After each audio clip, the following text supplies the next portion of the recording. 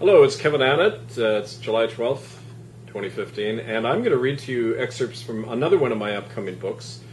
It's really kind of like a cartoon book, but it's called A History of White People in Canada.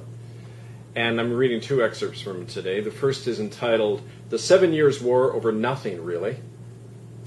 None of the four German Georges ever did master the English language, although they sat on the British throne for well over a century. Strange, eh?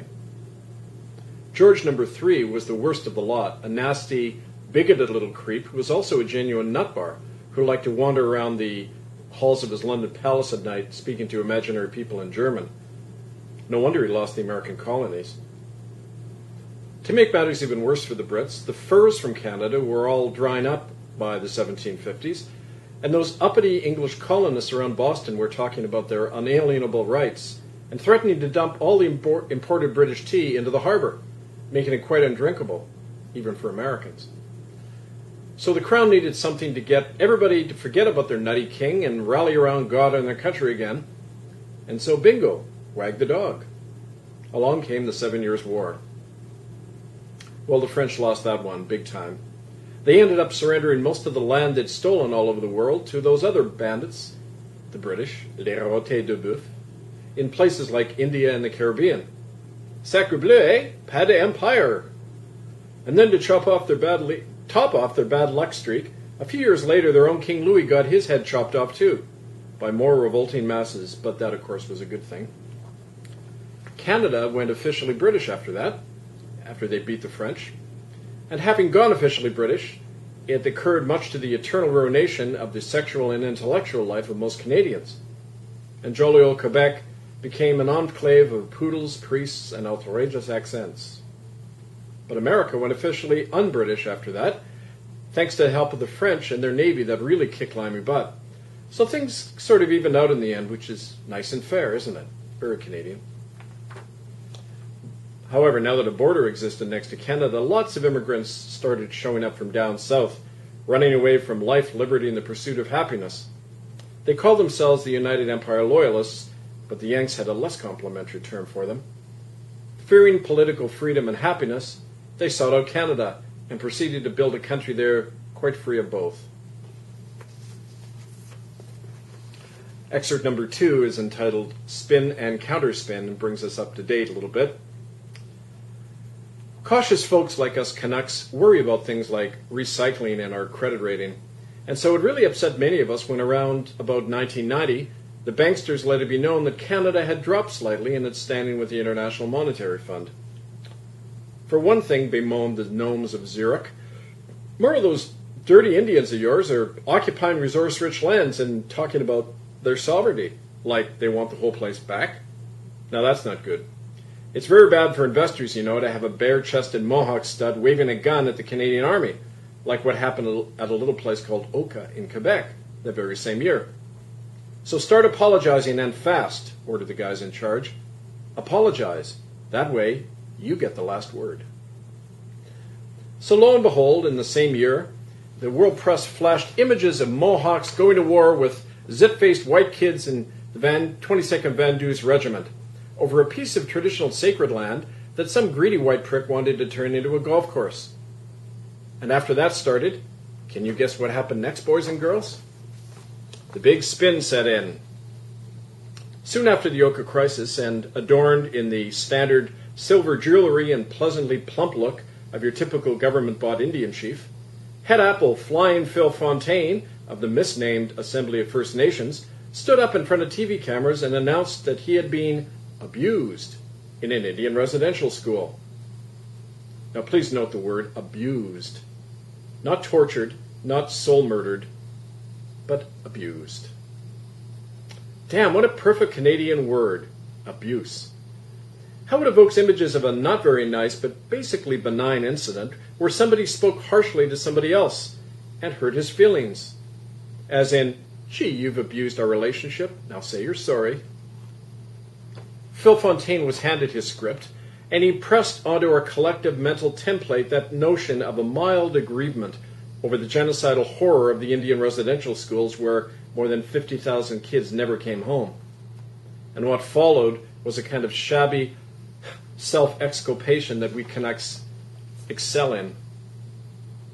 Well, the corporate media loved Phil Fontaine's words, and they jumped all over them quicker than priests can leap on some unsuspecting little kid.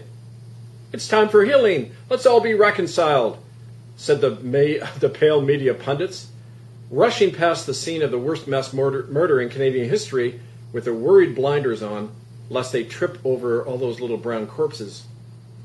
And then, nothing happened at all.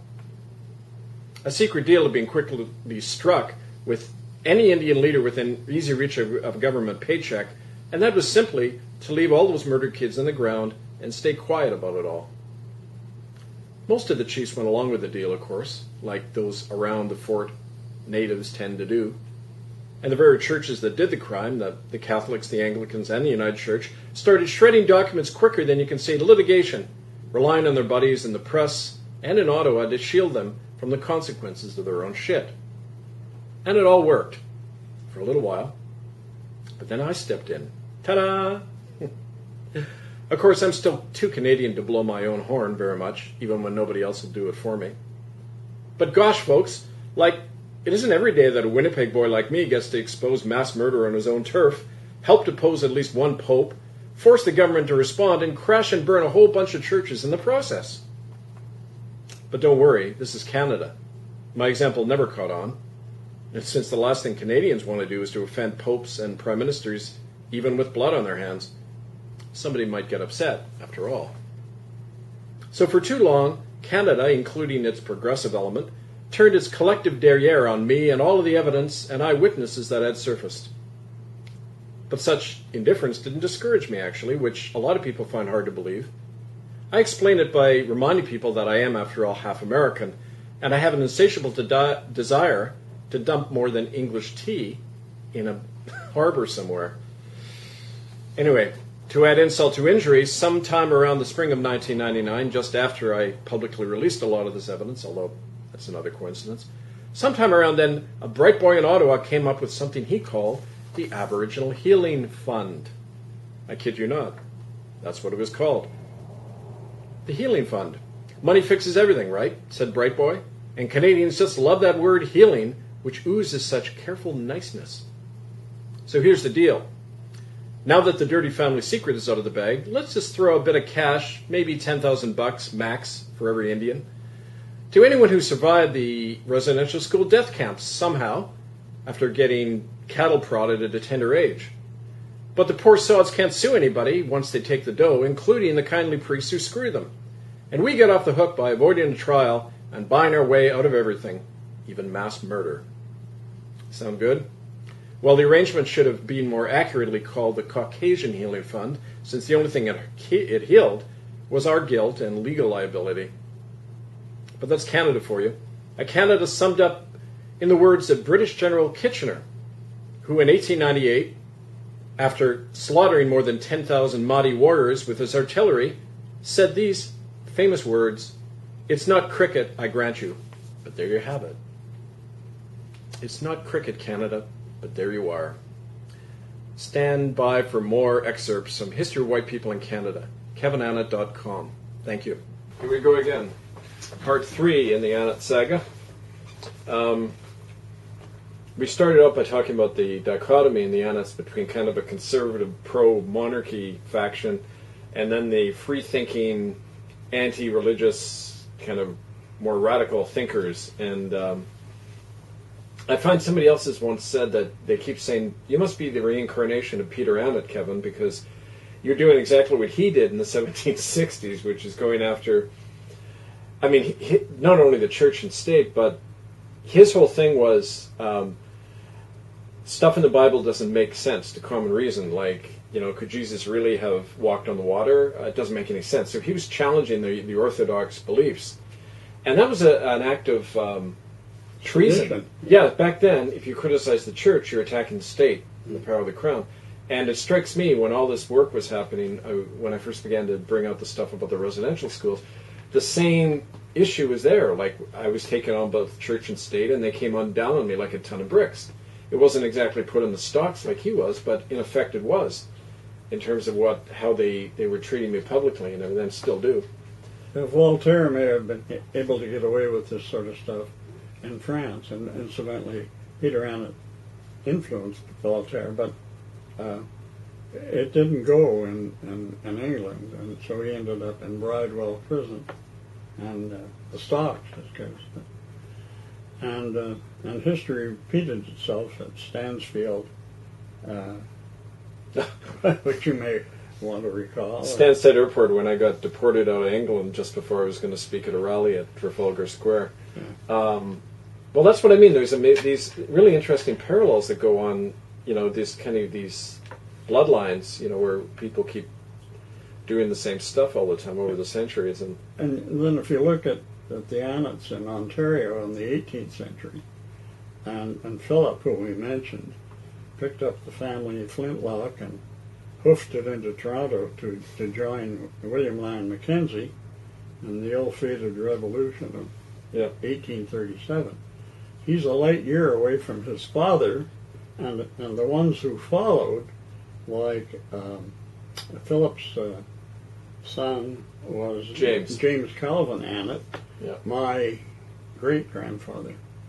And I remember my mother saying, Mom and Dad went to New York, I think it was about 1941. Dad had to visit his agent. And on the way back, they attended an Annett reunion in around Watford somewhere in Ontario. And Mom approached her grandfather, James Calvin, and said, "Have you read any of Ross's stories, grandfather?" And he said, "A pack of lies." And that was He only read the Globe and Mail and the Bible, apparently. Right.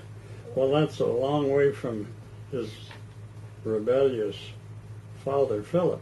And the whole family seems to just swing back and forth these two extremes.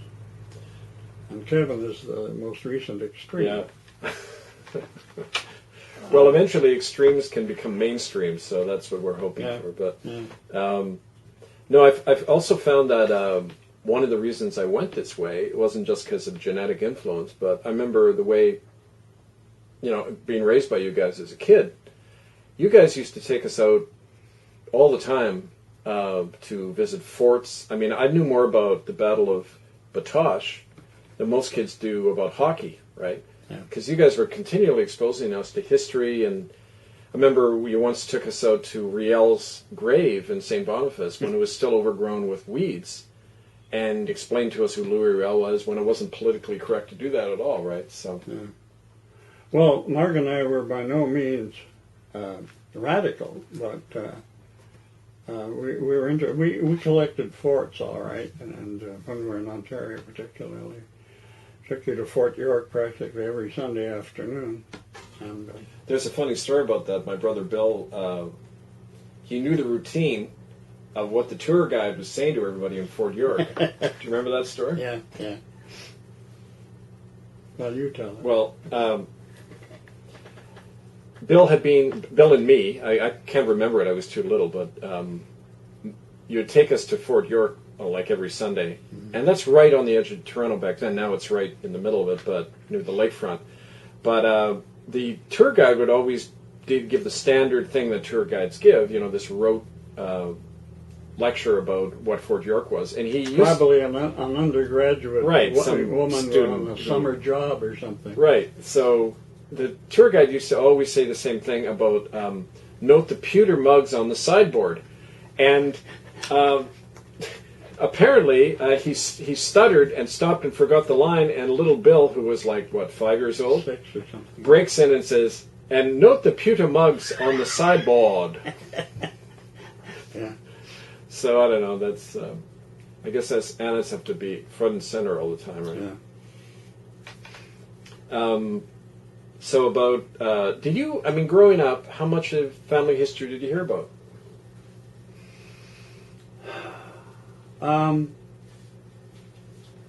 a heck of a lot. I mean, Dad would tell us stuff about him and his two brothers as kids and so on. But along about my teenage years, some maiden aunt of his in Ontario compiled this little, not really a book, but you might say a booklet Yeah. on the family's history. And at that point, I learned a lot,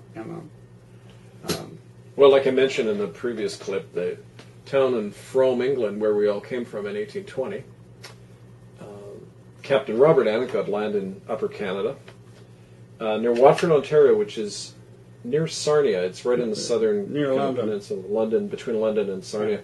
I actually went there this last year and hunted around, and we found James's grave, big headstone, because I guess he was fairly well off farmer. Big Huge headstone. beard. Yeah, but not his dad or granddad, James, Robert, or Philip, the rebel. Yeah. We looked and couldn't find the cemetery anywhere, so maybe it's overgrown now or something. But There's an interesting little anecdote Dad used to tell about when he came back from the war.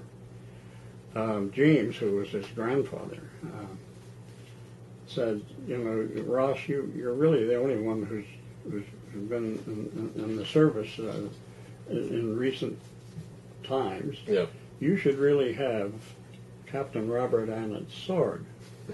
So the two of them got in a car, and they drove out in the boondocks and started visiting various Annett relatives. And one thing led to another, and they came to this hillbilly type shack, and sitting out on the porch in front were a couple of guys that looked like characters out of Lil Abner, I guess. But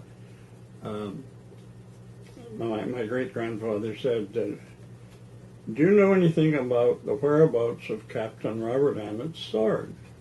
And one guy scratched his head and he looked over at the other guy and he said, Zeke, you remember anything about that sword? And Zeke said, yeah, we cut it up for corn shears. which is kind of poetic, but too bad. I would have loved to have done That's what happened to the Annett family in Ontario. They disintegrated from a captain and the Irish Fusiliers' sword to corn shears. Oh well, and this is Ross Annett, my grandfather and Dad's dad. So we're going to do another clip. Just change the clip. Hold on. Hi, it's Kevin Annett, and I've just written a letter to a guy called Jorge Bergoglio, who likes to call himself Pope Francis. You probably know of him. I entitled the letter, Some Advice to a Desperate Pope. Dear Jorge, now I hope you don't mind me saying, but you've been acting kind of nuttier and nuttier as the months go by. I mean, recently, for example, you've instructed your bishops not to tell the police when priests rape children in your church. But just this last week, you also announced plans to investigate these same bishops if they follow your instructions. So which is it? I mean, apparently inspired by the sterling example from Canada of how the government and churches there have covered up their own slaughter of Indian children, you want to now set up your own tribunal. Gee, that's an impressive sounding word, isn't it? Tribunal. And this tribunal is going to investigate the Catholic Church, another self-examination by the criminals.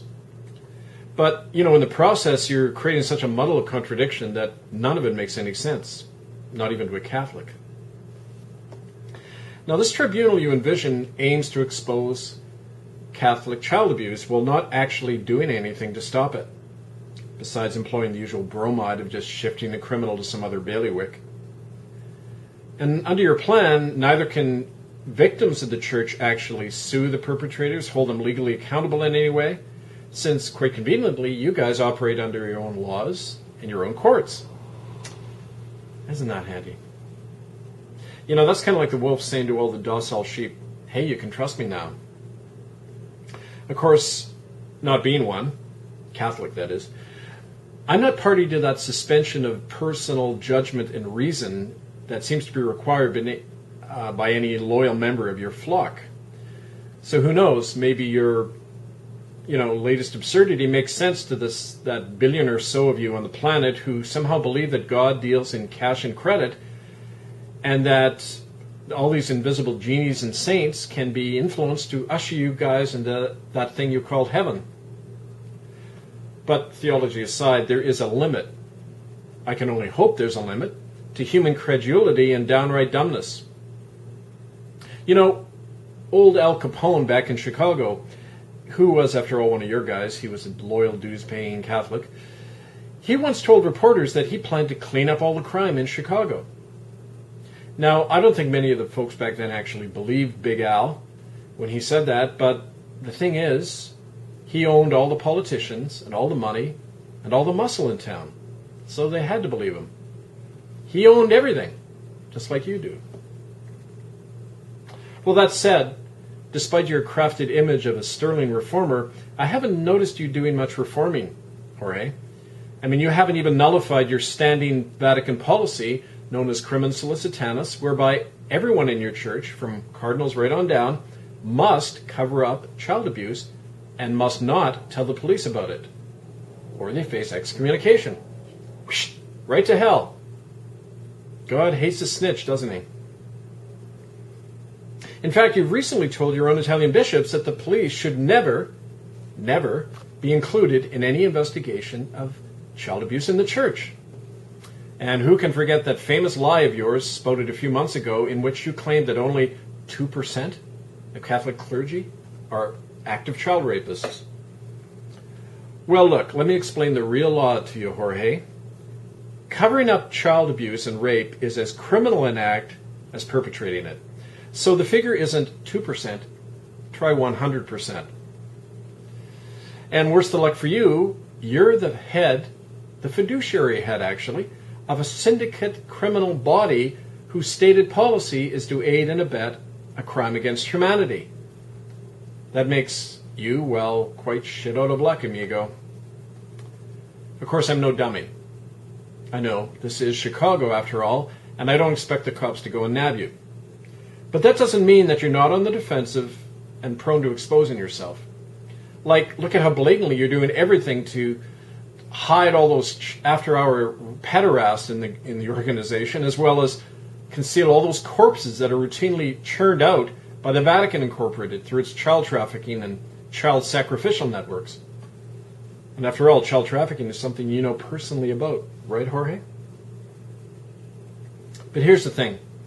In your rashness to whitewash everything and cover your own ass for your love affair with the military junta in Argentina, you're forgetting a basic rule of war, and that is never give contradictory orders to your subordinates, and never disown your own actions. Otherwise, you're just sowing confusion in your own ranks. It is surprising that a top Jesuit like you seems to be disregarding such basics, schooled as you all are in the art of deception. Maybe you're just getting old. I don't know. But I do give you points for trying to steal our thunder by not only co-opting any Vatican crimes investigation, but using our lingo, like that labeled tribunal. Very smart. I mean, your buddies in Canada have tried the same thing with a lot of success because, unfortunately, your average Canadian is about as streetwise as your standard Catholic pew sitter. But here's the thing, cabron. When you open a dung heap, you can't control the stench that comes out. And everyone knows that an in-house inquiry of oneself is as genuine and legitimate as a trip to Lourdes. At the end of the day, Mr. Bergoglio, your latest grin and spin effort may have nothing at all to do with child abuse and everything to do with why you were hired, which was simply to distract. After all, you aren't officially the Pope as long as Joe the Rat keeps scurrying around inside the vat.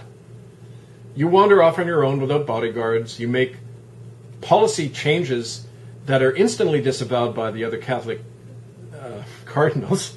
And guess what? You don't even live in the Vatican. There are two popes? Not likely. So which one of you is the real Antichrist anyway, Jorge?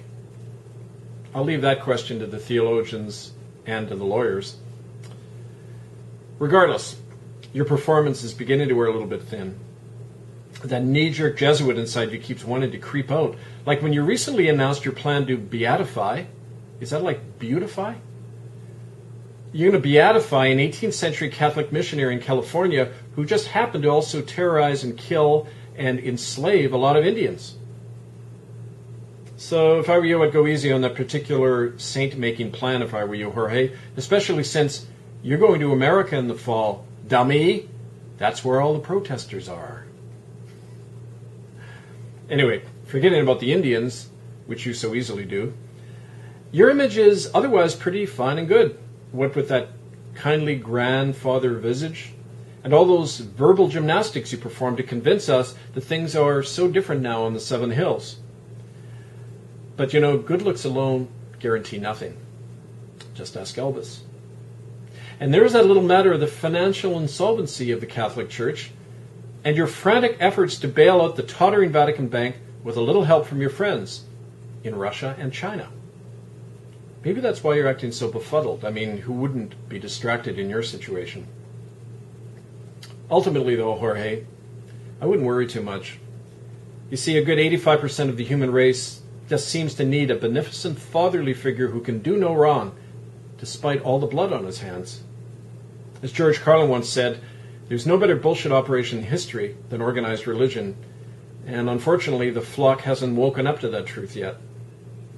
On the other hand, another good friend of mine, Abraham Lincoln, who you guys actually bumped off, old Abe once said, "You can't fool all of the people all of the time." Let me repeat that for you, Jorge. You can't fool all of the people all of the time. If I were you, I'd take that to heart. And I'll see you at the next exorcism. This is Kev, divinely yours.